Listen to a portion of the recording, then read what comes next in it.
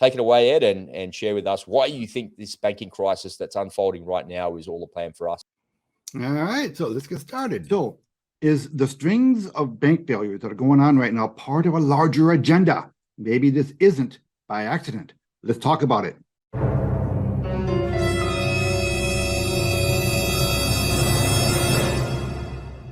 Now, of course, there are two arguments you can use to describe the current banking crisis that's going on with all these banks that are failing. On the one hand, you could say you could just chalk it up to incompetence, which is absolutely a possibility.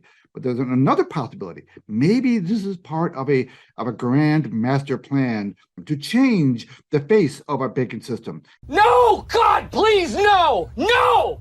No! No! Now, in the United States, 30 years ago, we had 10,894 banks. As of today, we have just a little over 4,000 banks. So quite a big haircut over the last 30 years. So the banking system is starting to become centralized, which is not what you want. You want the banking system to be decentralized. And there's value in having a lot of different banks to choose from, especially in the world of real estate loans and personal loans. You know, every region has their own different characteristics, their own little differences that make a lot of difference in making decisions about issuing loans. Allow me to read a quote to you from Henry Kissinger. If you control the food, you control a nation. If you control the energy, you control a region. If you control the money, you control the world. I believe that's what is ultimately behind what's going on in the markets. Now, when you have a large decentralized financial system, it's hard for the Federal Reserve, for the central bank, to control it, right? Because you have a lot more banks that are doing their own thing. So the idea is to whittle that down to a small number of banks, but let's not get ahead of ourselves. Let's take a case in point. Let's look at JP Morgan. Okay, so let's just all agree that JP Morgan is the big dog in the financial industry. It's the guy, it's the man, right? Now, there was a law passed in 1994 that said no one bank can control more than 10% of the financial market. Now, JP Morgan, prior to last week, was already at their 10% limit. Now, the reason why they set that limit, of course, was to avoid monopolies, right? To avoid any one bank being too powerful. But in the recent acquisition by JP Morgan of First Republic, they took over an additional $100 billion worth of assets. Well, by law, they shouldn't be allowed to do any more expansion. But apparently, when the laws don't fit the agenda of the powers to be, they can apparently ignore laws. So JP Morgan just got even bigger. So let's look at a couple of charts that illustrates the financial health of the small banks versus the large banks. Okay, so this is from the Federal Reserve, and this shows the total cash assets for small domestically chartered commercial banks, the small banks, right? And you can see what happened there after 2008. If you look back at that, that up and down gray bar, you see the big expansion after the financial crisis of 1998. Why was this going on? Because of the bailouts that were coming from the government and coming from the taxpayers, right? And then look what happened in 2020. Just a massive explosion. Of course, this was the worldwide flu that went on. They were sending out all sorts of stimulus checks to people, and people put it in the bank. And a massive move up. Now, since then, see a massive decline down. So from a percentage basis, the small banks have 6% worth of their assets in cash. These are the large banks. The last chart was for the small banks. This is for the large banks. And you can see that the pattern is identical to the charts for the small banks. However, if you look at the far right of the chart, the current ratio of cash to assets is 13%. So remember, for the small banks, it was 6%. And for the large banks, it's 13%, which means the larger banks have a lot more money. So that's how they can afford to acquire all of these smaller banks.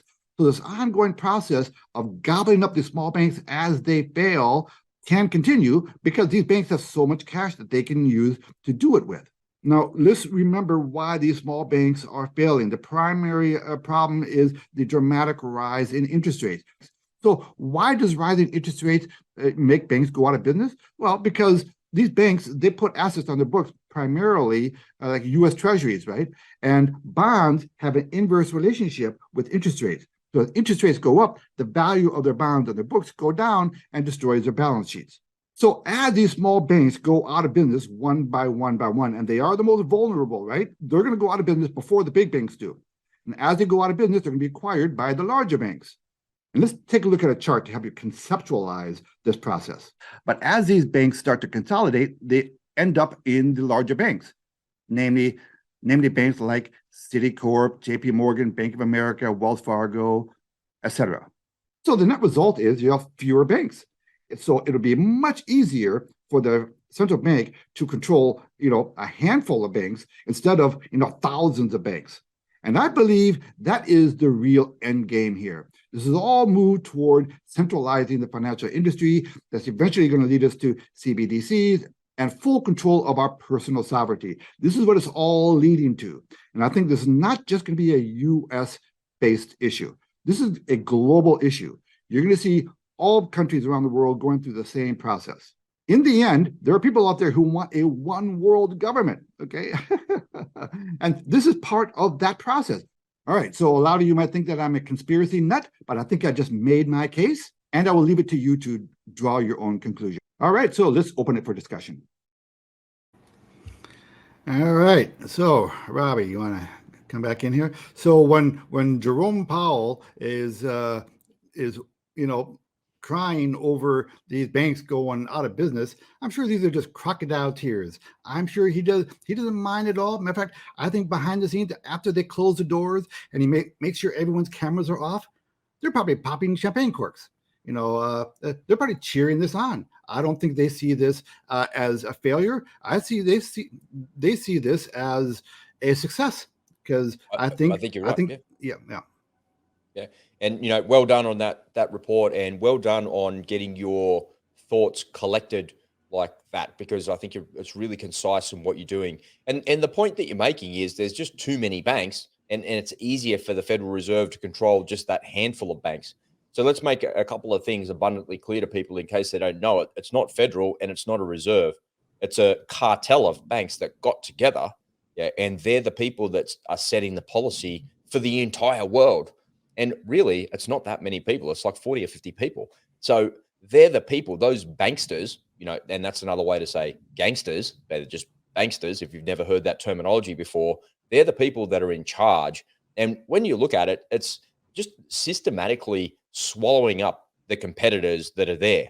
And those competitors are really a non-starter. They're really no factor for those larger organizations, but they're still there and they're still encroaching on their business. So the only solution, when you think about it from a large corporation's perspective, if you just step out of the banking sector for a second, if you're a larger company and you see new competitors entering a market, you've got a couple of opportunities to do something there. The first one is to compete with them directly and just put them out of business, because you are bigger, more powerful, got more spend, and you can absorb losses for longer, especially if they're encroaching into your market.